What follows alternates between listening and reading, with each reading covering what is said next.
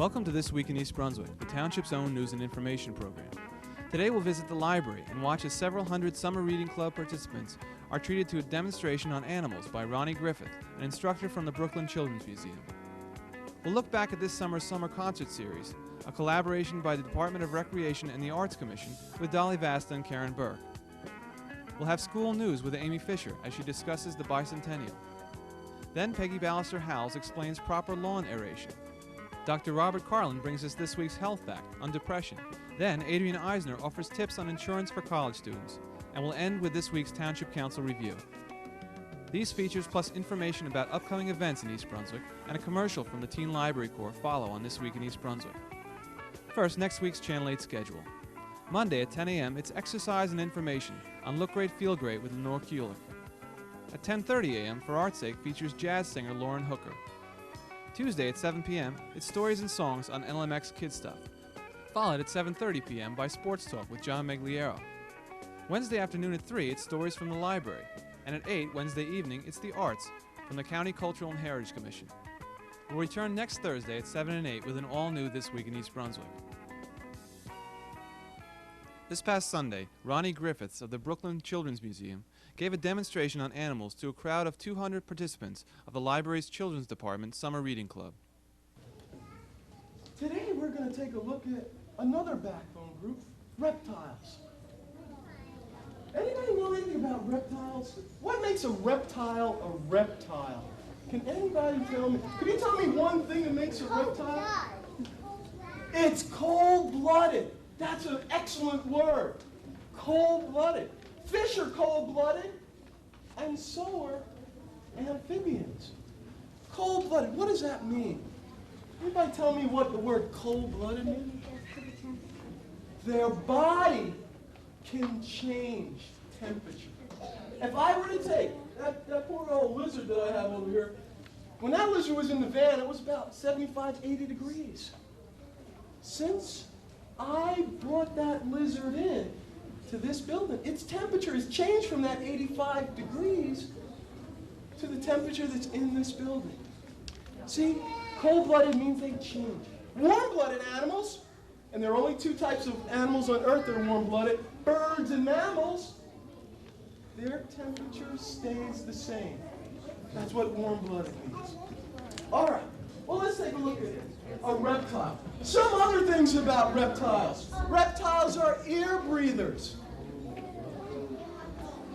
Reptiles have scaly skin, but there's something special about them. They don't have any slime on their body.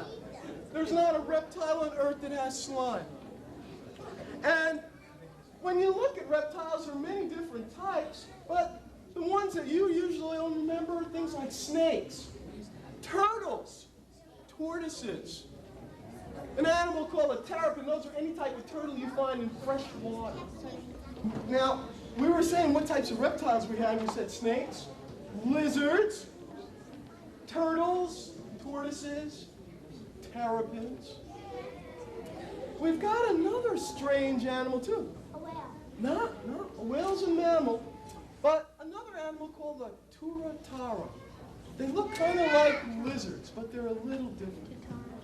But this animal I have in my hand right here is a type of lizard called a black and gold tegu. Tegu. Now, tegus are found all over parts of South America and the West Indies. They grow to be pretty big. They grow to be about, well, from here down to the floor, which is about 4 feet. They can grow pretty large. They're a type of lizard that climbs. And we can tell how they climb by looking at their body. Let's look at those feet. Look at the toes. See how wide it is? That lets them climb up real good. Any type of tree or branch.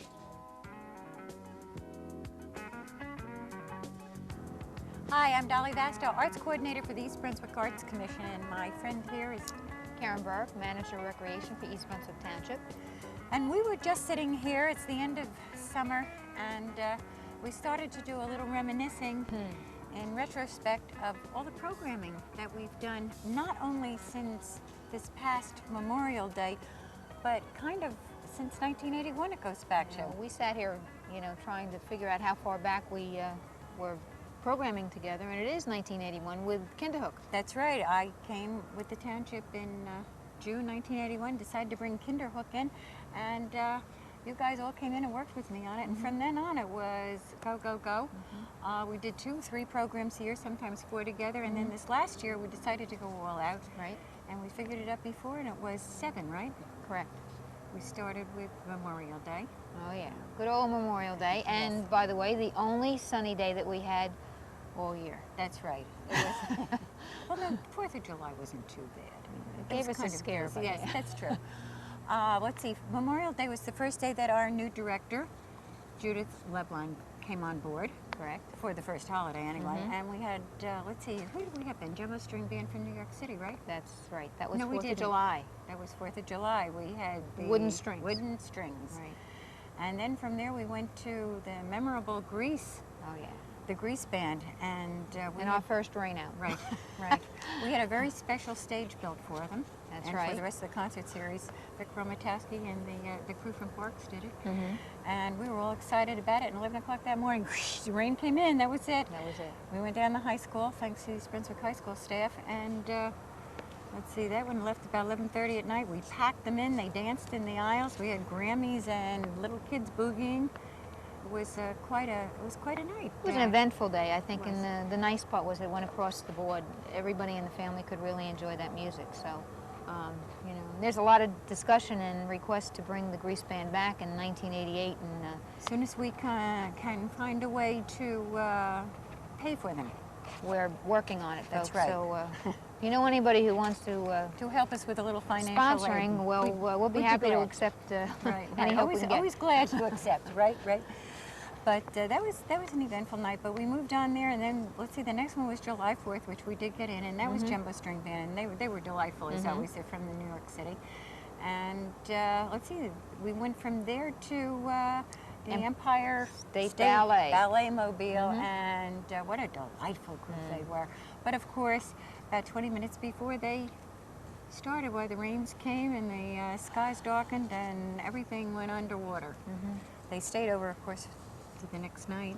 But they were good enough to hang around and give us an excellent performance. I They think really one that true. was well received by everyone that was here. I enjoyed them. Let's see, let's continue on in. Let's see, Chuck said we had 3 minutes for this one, so we got to and move we're it on along. probably over already. That's right. But we had the Jazz Experience come in, and we had the Molasses Hill Band and the Manhattan Singers. Manhattan Singers. And each and every one of them folks was reamed out. And we took it to the library, and thanks to John Pettinger and his crew, they set us up at the library. So the concerts went as scheduled. Neither rain nor snow will stop a concert. Well, we hope not anyway. With a little luck. But, Labor Day was our last one with the Benny Snyder Orchestra. Right. And we finally got that one in down here. Not the first night, but we got it in the second night. And it really was appreciated. Everybody, we had one little couple that got up and did a little boogie there. And they were fun. And it closed our season out, but we have a great season. You and I spent 2 hours today That's working on a right. great new season coming up for next year. Interesting things. So Yeah, really neat, new. listen and, up. When Frick and Frack come on television right. next year, just pay attention to what we're That's right. planning for you and for your family's enjoyment. That's right. Not only that, but before we go, let's give a fast thank you to the video crew here, who has been out with us every week doing all our little promotional spots. Yes, Our yes. It shticks. got sillier and sillier, and they were a great audience for us. So to Chuck and Dave and Pete, Cindy, and to Kevin, we thank you from the bottom of our little funny hearts. And listen, Frack, I'll see you again in a little while. Okay. Take care. You too, Frick. Did I get it right this time? I hope so. I don't remember. Took her all anymore. season, folks, but she finally got her name correct. How about that? And no sand in her shoes today. Right. See ya. Take care. Hi, this is Peggy Ballister Howells, Middlesex County Agricultural Agent. And today we're going to talk about something that's very important in the fall, and that's a little bit about lawn care. Now I have here in my hand some grass seed, and I just want to show you the difference. What's in my right hand over here is Kentucky bluegrass seed, and you can see that it is much, much smaller than the ryegrass seed. Now I'm showing you this just so that you can recognize the difference. Of course, if you're planting a lawn exclusively out of the bluegrass, you would need less weight in seed than if you were planting a grass primarily out of ryegrass, because you get many more seeds per pound in a bluegrass seed mixture.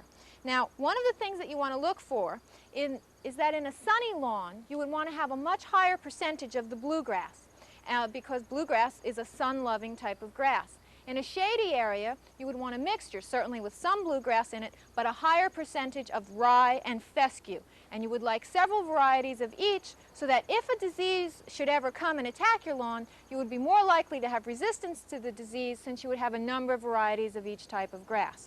Now, I'll just have to put these someplace. We'll seed a little bit. And I want to talk to you about something else. Another major piece of work that should be done in the fall is aeration. Now, maybe it's not always a good idea to aerate your lawn, but if you have a serious lawn compaction problem, then sometimes aerating the ground really helps. But I want to point out that one of the most important things to do is to not just poke holes. Now, here I have your standard pitchfork, and what we have here are tines.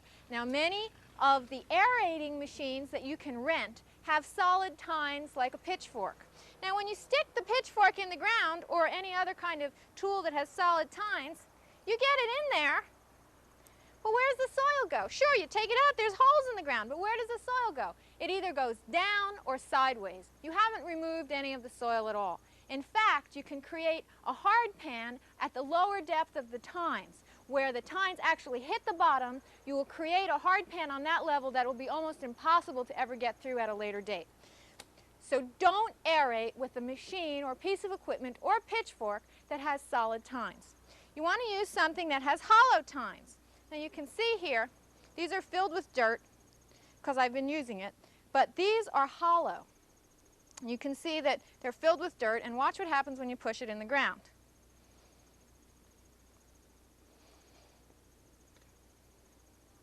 You can see that the soil comes up through the holes. What's actually happening is a core of soil is being removed. When that is removed, then there's space for the soil that's left behind to spread out and make larger air spaces between the soil particles.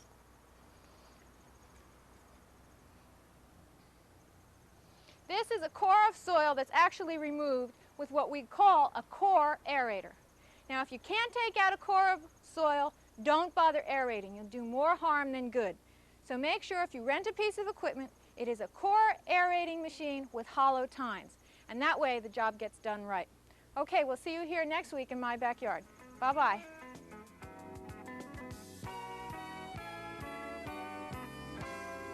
Once again, the Middlesex County Fairgrounds will be the scene of the annual Historic Car Show, presented by the East Brunswick Kiwanis Club and the Old Timers Auto Club. 300 cars, mostly pre-1940s, from New Jersey and surrounding states will be on display. The show begins Sunday, September 20th, from noon to 4 p.m. Admission is $3 for adults and free for children accompanied by an adult. Hi, I'm Amy Fisher. I'm the information officer for the school system. I'm standing outside Lawrence Brook School, and we're taping this on September 16th, the day that all of our students are joining the rest of the country in observing the bicentennial of the Constitution and Bill of Rights. Very soon, all of the students and teachers and other staff members will be saying the Pledge of Allegiance at the same time that President Reagan broadcasts it over national radio and television. On September 17th, all classes in grades 1 through 9 will have facsimiles of the Constitution for the students to sign, and everyone who signs will receive a card signed by former Chief Justice Warren Burger. That's just the beginning of what the schools will be doing to celebrate the bicentennial of the Constitution this year. And for all the details about all the activities that we'll have, we'll ask you to turn into Spotlight on Education in October, when our social studies supervisor, Bob Flood, will be a guest and describe all of the plans for the year. We hope to see you then. An epidemic threatens the small town of East Brunswick, New Jersey. Many people have been overcome with boredom and have forgotten their library card. Some haven't even gotten one. Oh, gee, nothing to do.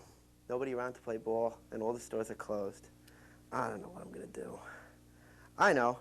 I'll get to my East Brunswick Public Library and take out a good book. There I can read it, enjoy it, and learn something too. Let me get my card. Oh no, I left it home. Now what am I going to do? Back to boredom.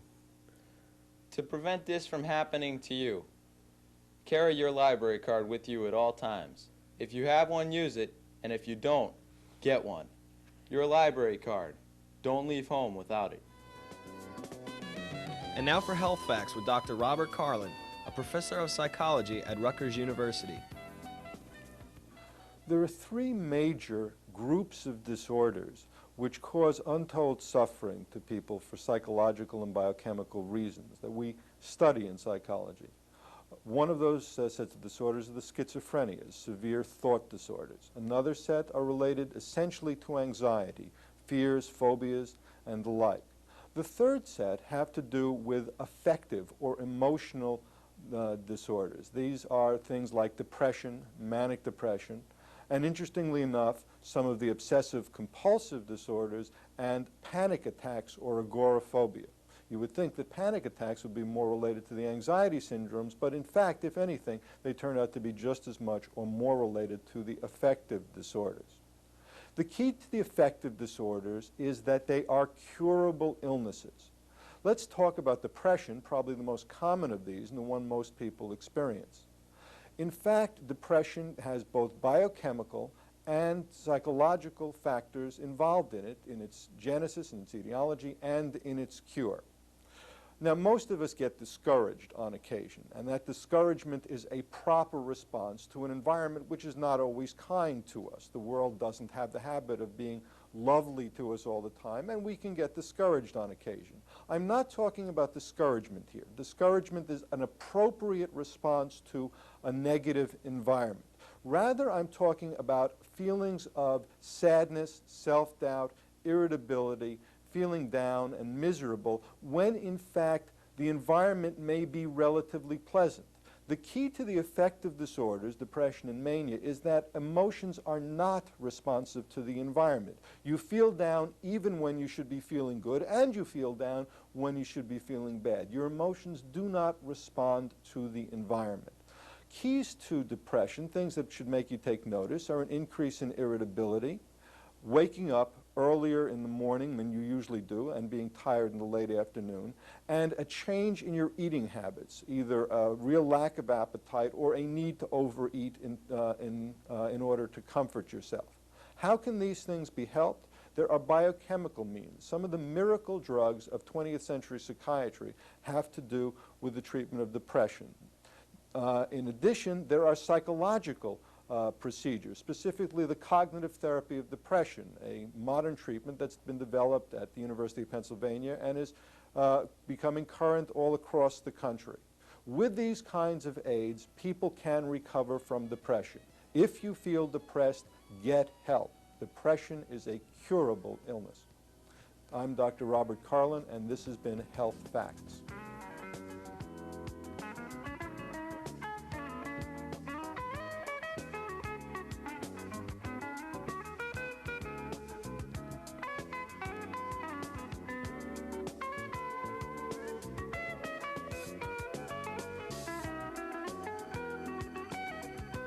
Hello, and welcome to Consumer Aware. I'm Adrienne Eisner, Director of the East Brunswick Consumer Affairs Office.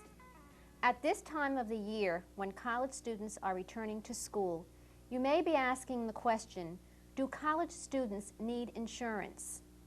Your son or daughter may find himself in a situation like this one. My parents just gave me a compact disc player for my last birthday, and it was stolen from my room last night, along with my new camera. What am I going to do? College students who find themselves in this situation need not panic. In many cases, property owned by students living away from home is automatically covered by their parents' homeowners policy. Under most policies, students are covered for 10% of their parents' contents coverage. For example, if the parents' policy covers $50,000, the student's coverage at school would be $5,000. The policy, as with most coverages, is subject to a deductible. If $500 worth of property is stolen and the policy has a $200 deductible, the insurance company will reimburse the student for $300. However, there are limits to how much an individual can be reimbursed for certain items. For example, there is a $100 to $200 limit for cash and a $500 to $1,000 limit for jewelry. All college-bound students should check with their insurance agents to find out if they are covered and for how much. If the insurance coverage seems insufficient, students may wish to purchase a personal articles floater for valuable items. Also, some schools offer policies to students. If you need any additional information, please contact us at the East Brunswick Consumer Affairs Office. We're located in the municipal building. Our hours are from 9 a.m. until 5 p.m., Monday through Friday. Please call us for any consumer questions or problems. Monday night, the Township Council passed an ordinance amendment designed to limit the size of commercial establishments in the newly proposed town center. A 4-to-1 vote was necessary to pass the amendment, which was originated by Councilman Jack Sinagra. First to speak on the issue was developer Thomas Costa's attorney, Stanton Levy. Back in November or December of last year, when Mr. Costa first came to East Brunswick, he met with the planning staff, he met with the administration. He was told that East Brunswick was looking for something special, something different in the middle of town. It was an area that had been zoned many years ago as the quote, town green area, and there was an intent to create a center, focus, a showplace in the middle of East Brunswick. It was something different and better than what we had in the way of development along Route 18. And Mr. Costa said, if that's what you want, that's what I'm going to try to build for you. To further oppose the 20,000 square foot limit proposed and to support their contention that the project would fail without a $35,000 supermarket planned as an anchor store, the developer brought in real estate marketing specialist David McLeika. There are virtually no supermarkets that are developed these days, given the current status of retail in the field, that are profitable as supermarkets or food stores under 30,000 square feet. Most of those that you may remember over the last 10, 12 years, 15 years, have fallen by the wayside, including a lot of the Acme's, which you probably have seen, a number of other chains, have upgraded their stores to include larger square footages. There are a number of reasons for that. It's basically related to consumer demand. And if the information available in this market was available to you, I think you would see that the demand characteristics are there to support a larger, more modern store. Now that store is going to have certain drawing power, and for a project of this type, that drawing power is critical. We do not believe that without a major anchor, such as a supermarket, that this project will have enough drawing power to sustain itself. We believe that within a very short period of time, the project will fail. Following a presentation by a citizens group favoring construction of a park instead of a commercial residential center, John Runyon spoke first for the Chamber of Commerce and then as a private citizen. But the alternatives available are very few, and people should understand how few they are.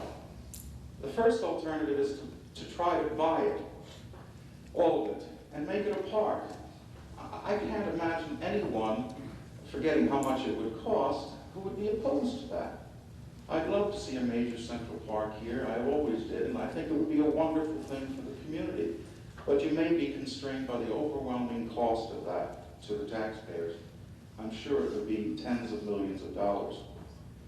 The other alternative is that this land will be developed in residential development only, which zoning you can't change, which zoning is a part of a court order mandated.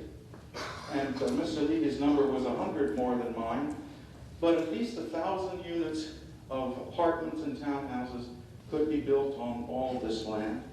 And if we don't have this kind of development, if we don't buy it, we're going to get that. Jack Sinagra, proponent of the ordinance, was the first council member to speak. Having something to do with sales. This here is a sales patch. Some of you have bought townhouses, developments, and some of you have come in here recently. And very similar artist renderings. This is a concept that is being tried, which is being sold to us, about a town center. Now in basic, I don't object to a town center. Everybody has a fantasy of having an East Brunswick that's different than it is today. You know, if everybody tries to visualize, and I'll even be a little corny, some of you even close your eyes, visualize that fantasy of a town center, somewhere to take a walk, to go shopping, no traffic, no anything.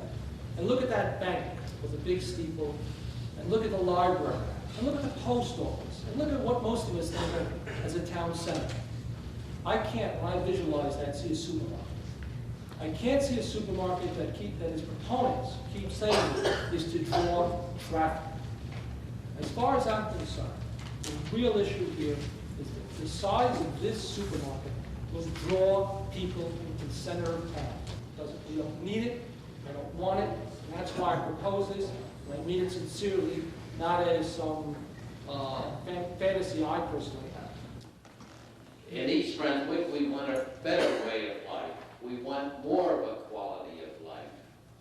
If those two parcels are built on with the development, they're lost forever. And I think that the people that live in East Brunswick shouldn't have the traffic and more stores and more congestion. So I think that the council should try to make something to the people and give them a better way of life and improve their quality of life. Now, I intend to vote against this ordinance tonight for one primary reason. I don't know if 20,000 feet should be the maximum size of any retail establishment in the town green. I'd cast the same vote if this ordinance stipulated any size at all. 30,000, 35,000, 20,500. I would vote no. Because the area of any retail establishment is a function of the marketplace, of its disposable income, its population base, its physical layout, and its accessibility. It's not a function of this council to presume that it has expert knowledge in either the planning or marketing of commercial real estate. That's the reason that the planning board made the recommendation to council that it retain a marketing consultant so that it would be able to determine what the correct size was and then to move forward in that manner. I have to state that I think the planning board really is being responsible in wanting a study that's only going to take another 3 to 4 weeks, that will be published, that can be discussed, and I believe it's worthwhile. In addition to which, I understand Jack Sinagra's objections to a supermarket, and I can well understand it. I can well understand that it doesn't fit into a town green. I believe, or perhaps I hope, that after Mr. Stanton communicates what happened tonight to this Mr. Costa, I assume he's not sitting here, that perhaps he might get into some sort of negotiating stand. I think that this is the very first opportunity that I can remember that any council has had an opportunity to slow down construction in this town. And I'm not about to let this opportunity pass me by. The final vote was 4-1, with Councilman Kirk casting the dissenting vote. That's all for this week, and thanks for watching.